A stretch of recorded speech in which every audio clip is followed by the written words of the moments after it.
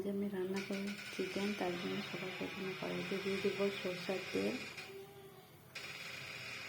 এবার দিয়ে দেবো অল্প পেঁয়াজ। প্রথমে পেঁয়াজগুলো হালকা লাল হবে। এবার দিয়ে দেবো আদা বাটা, রসুন বাটা, 1 চামচ শুকনো লঙ্কার গুঁড়ো, 1 চামচ হলুদ গুঁড়ো। এবার চিকেনটা দিয়ে দেবো। এরপর কেটে রাখা বাকি পেঁয়াজগুলো দিয়ে দেবো। এবার দেবো গরম মশলা গুঁড়ো, লবণ। এবার ভালোভাবে নাড়াচাড়া করে ঢাকা দিয়ে দেবো। ঢাকা দিয়ে দিলাম।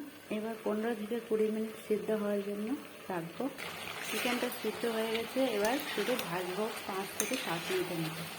ভাজা কমপ্লিট হয়ে গেছে। এবার দিয়ে দেবো 1 চামচ জিরা গুঁড়ো। রেডি হয়ে গেছে আমার চিকেনের রেসিপিটি।